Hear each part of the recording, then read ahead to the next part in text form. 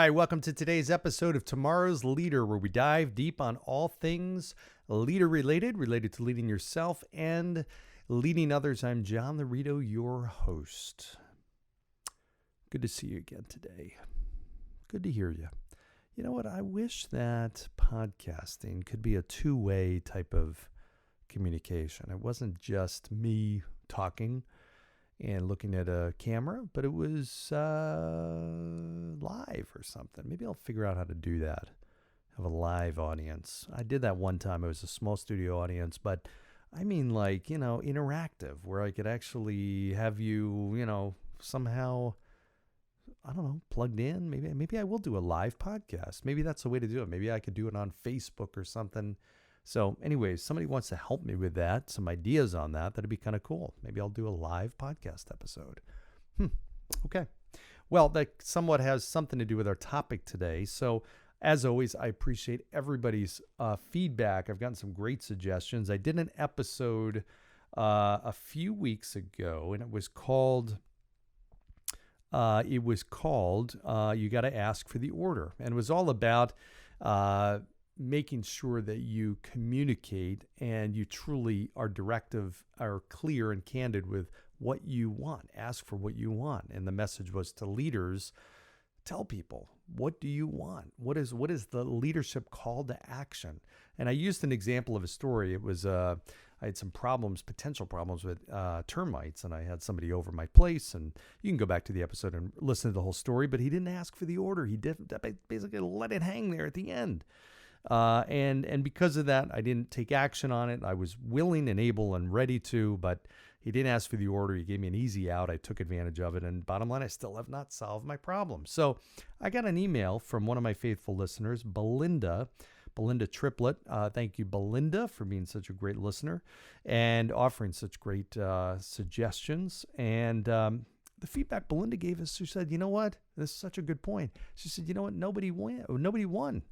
You didn't win, and he didn't win. Yeah, the sale was not made, and you didn't get a solution to your problem. And part of this has to be the recognition that communication goes both ways. There is a two-way street to that. And Belinda, you were so right with that, and I love that concept so much I wanted to do an episode on this. So here's the thing. So much gets lost in translation, right? I mean, we assume that people are masters at reading our body language, our nonverbal cues, our mind. I mean, think about how many relationships have communication problems because both people are not good at communicating. And it's not just one. So think about a relationship in which case one person was great at communicating and the other was not. That doesn't work. I don't know many relationships that work that way. Both have to be really great at communicating. Now, the one person, what I would say is the salesperson in that situation, or the leader in this situation, in a business situation. The salesperson oftentimes is driving that communication, right? They're presenting something, and great salespeople, the best ones I know, are asking lots of questions. And they do that because it draws in that buyer. They get the thoughts, the feelings, the emotions, everything from, and they understand a little bit better on what that potential client is looking for and can address their needs. And that's how they bring about better communication. But here I was in a buying situation, and I could have very easily voiced my thoughts and said, hey, listen, I'm really ready to move forward on this. Now, granted, you shouldn't as a salesperson rely on that because most people aren't going to do that. But I could have been more direct and candid and vocal and said, hey, you know what? Here's really, I need this taken care of. I need it taken care of now. I don't have time to think about it. I'm going out of town, this and that. So let's get this started. Here I am now. I think this was 6 weeks ago, and I still have not taken any action. So I'm still looking for somebody to solve my problem. So, to Belinda's point, I'm no better off. And it was because of this lack of communication. Back to that whole lost in translation concept. I see so many businesses struggle with this, and I still do. Emails are such a tough way, and texts are such a tough way to communicate. When you cannot see somebody's facial expression or hear the tone in their voice, I know every single person listening to this right now is either guilty of this, of misassessing what somebody meant and their intention of a message, or maybe the other way around, they delivered a message that was misinterpreted because of the way they worded a text or an email. It's just, in reality, yes, it's made our lives easier because it's allowed easier communication, lower kind of barrier of entry. We don't have to pick up a phone or get on a Zoom, but it's at 11 o'clock at night, I can send somebody an email and not worry about it. But at the same point, it's made it so difficult to communicate as effectively as if we were face to face, right? We misinterpret things. And I've seen business decisions get made. I've seen people make drastic career changing decisions based on an email that they misinterpreted. Truly, I had somebody that I knew in business responded to an email in an incredibly harsh way, over the top harsh way, because he misinterpreted the email that was sent to him. Literally. So this was part emotional competency and stupidity on his part. But he misinterpreted an email. Instead of picking up the phone and saying, wait a sec, let's talk about this. What did you say? He took it and responded and fired back to multiple people. And it ultimately cost him his career.